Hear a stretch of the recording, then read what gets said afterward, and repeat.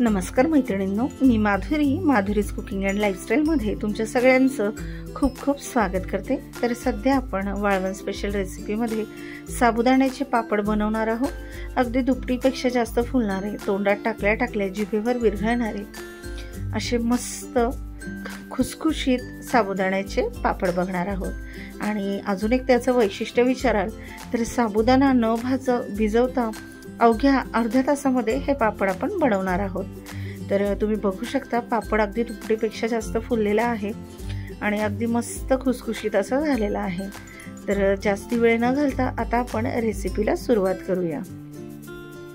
ह्यासाठी मी 1 वाटी साबुदाणा घेतलेला आहे। आता मंद ते मध्यम आचेवर हा साबुदाणा आपल्याला भाजून घ्यायचा आहे। तर अवघ्या अर्ध्या तासामध्ये एका वाटीमध्ये साधारणपणे 70 ते 80 पापड बनून तयार होतात आणि अगदी पातळ होतात।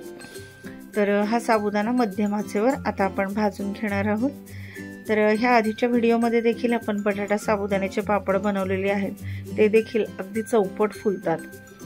तर मैत्रिणींनो, तुम्ही देखील ह्या रेसिपी कशा वाटतात ते कमेंट करून सांगत जा। तुम्हाला जर एखादी पर्टिक्युलर रेसिपी बघायची असेल तर ते देखील तुम्ही मला कमेंट करून सांगू शकता। तर बऱ्यापैकी साबुदाणा भाजून झालेला आहे। गॅसची फ्लेम अजिबात मोठी करायची नाही, कारण त्यामुळे काय होतं, साबुदाण्याचा कलर बदलतो आणि त्यामुळे पापडाचा कलर देखील बदलू शकतो। त्यामुळे आपल्याला साबुदाण्याचा रंग न बदलता हा साबुदाणा भाजून घ्यायचा आहे। आता हा साबुदाणा भाजून झालेला आहे। आता याला एका पसरत भांड्यात किंवा ताटात परातीमध्ये काढून घ्यायचं आहे थंड होण्यासाठी। थंड झालेला आहे, मिक्सरच्या भांड्यात घालून घ्यायचं आणि याला बारीक करून घ्यायचं आहे। दुसरीकडे ज्या वाटीने मी साबुदाणा घेतला होता त्याच वाटीने आपण 8 वाट्या पाणी घेतलेलं आहे आणि गॅसची फ्लेम लावलेली नाहीये। 8 वाट्या पाणी घालून घेतल्याच्या नंतर ह्यामध्ये आपण साबुदाण्याचं पीठ घालून घेणार आहोत।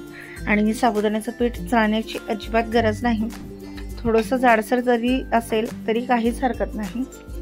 आता हे साबुदाण्याचं पीठ ह्याच्यामध्ये घालायचं आणि हे व्यवस्थित मिक्स करून घ्यायचं, जेणेकरून ह्याच्यामध्ये गुठळ्या होणार नाहीत। तर तुम्ही जर गरम पाण्यात साबुदाण्याचं पीठ घातलं तर त्या साबुदाण्याच्या पिठाच्या गुठळ्या होऊ शकतात।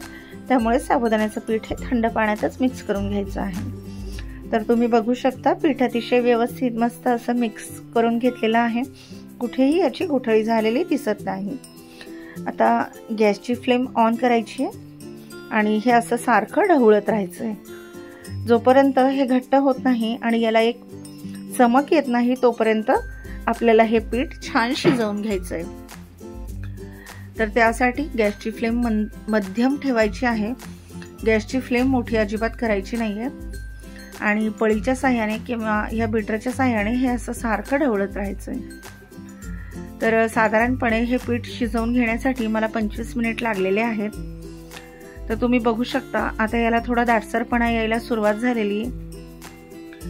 त्यासाठी आपल्याला साबुदाणा भिजवण्याची गरज नाही, त्यानंतर तो शिजवण्याची गरज नाही।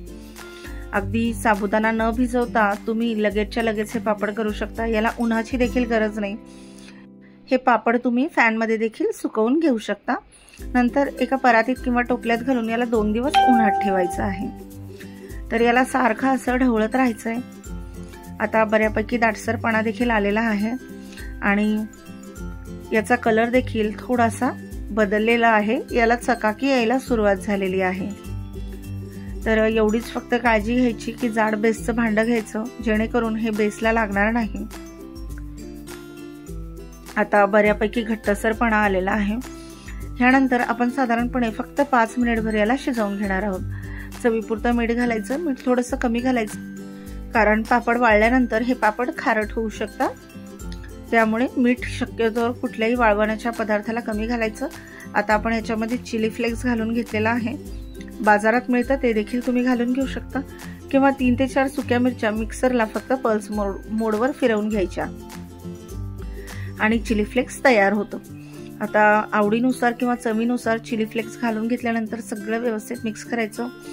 आता याला छान अशी चकाकी किंवा चमक आलेली आहे, हे पीठ आपलं तयार झालेलं आहे। आता कोमट होईपर्यंत याला थंड करून घ्यायचंय, खूप गार करायची गरज नाहीये। आणि गरम गरम जर घातलं तर आपलं जे पॉलिथिनचं शीट आहे त्याला हे पापड चिटकून बसू शकतात। त्यामुळे याला कोमट करून घ्यायचं आणि मग हे पापड आपल्याला बनवून घ्यायचे आहे। यासाठी पॉलिथिनला तेलाचा किंवा तुपाचा हात लावण्याची अजिबात गरज नाही, कारण हे पापड सुकले की अगदी इझिली निघतात। आता मी याला फॅन खाली कोमट करून घेतलेला आहे। साधारणपणे आपल्या बोटाला सहन होईल एवढं कोमट करायचंय।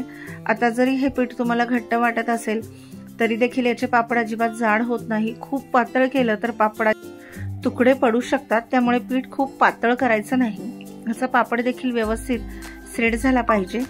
तर आता आपण ह्याचे पळी पापड बनवून घेणार आहोत। साधारणपणे एक पळी मिश्रण मी टाकून त्याला थोडंसं असं पसरवून घ्यायचं, म्हणजेच स्प्रेड करून घ्यायचं आहे। ह्याच पद्धतीने मी सगळे पळी पापड बनवून घेणार आहे। अवघ्या अर्ध्या तासामध्ये हे मिश्रण अगदी शिजून तयार होतं आणि घालायला 10 ते 15 मिनिट लागतात। तर साधारणपणे पाऊण तासामध्ये हे पापड बनवून तयार होतात। अतिशय झटपट होणारी, घरात आहे त्या साहित्यामध्ये होणारी, अगदी सगळ्यांना नवशिक्यांना देखील जमणारी रेसिपी आहे। तर तुम्ही देखील ह्या पद्धतीने पापड नक्की बनवा। कसे वाटले ते कमेंट करून सांगा। आता सगळे पापड आपण घालून घेऊयात। याला मी आता फॅनमध्ये सुकवून घेणार आहे आणि नंतर 2 दिवस याला टेरेसमध्ये ठेवून याला ऊन देणार आहे, ज्यामुळे काय होईल, हे पापड 1 ते 2 वर्ष आरामात टिकतात। तर आता जरी हे पापड जाड वाटत असले तरी वाळल्यावर हे खूप पातळ होतात, अगदी इझिली निघतात आणि तळल्यावर तर अगदी दुपटीपेक्षा जास्त फुलतात। तर वाळून बघू शकता एवढे पापड तयार झालेले आहे, खूप पातळ असे झालेले आहेत। आता तेल गरम करायला ठेवलंय आणि हे पापड आपण तळून घेणार आहोत। अजिबात तेलकट होत नाही, खायला देखील खूप मस्त लागतात। ह्याच पद्धतीने मी तुम्हाला 2 ते 3 पापड तळून दाखवते। तर तुम्ही बघू शकता हे पापड अगदी किती मस्त फुलतात ते। तर खायला देखील छान लागतात। उपवासाला किंवा मुलांना देखील तुम्ही खाण्यासाठी तळून देऊ शकता। तर मैत्रिणींनो, हे पापड नक्की बनवा आणि रेसिपी ट्राय करा। कशी वाटली ते कमेंट करून सांगा। आवडत असेल तर चॅनलला लाईक, शेअर आणि सबस्क्राईब करायला विसरू नका। आता पापड तुम्हाला तोडून दाखवते किती खुसखुशीत झालाय ते। अतिशय मस्त असे पापड झालेले आहेत। रेसिपी ट्राय करा। भेटूया पुढच्या व्हिडिओमध्ये। तोपर्यंत तुम्हा सगळ्यांना खूप खूप खूप धन्यवाद।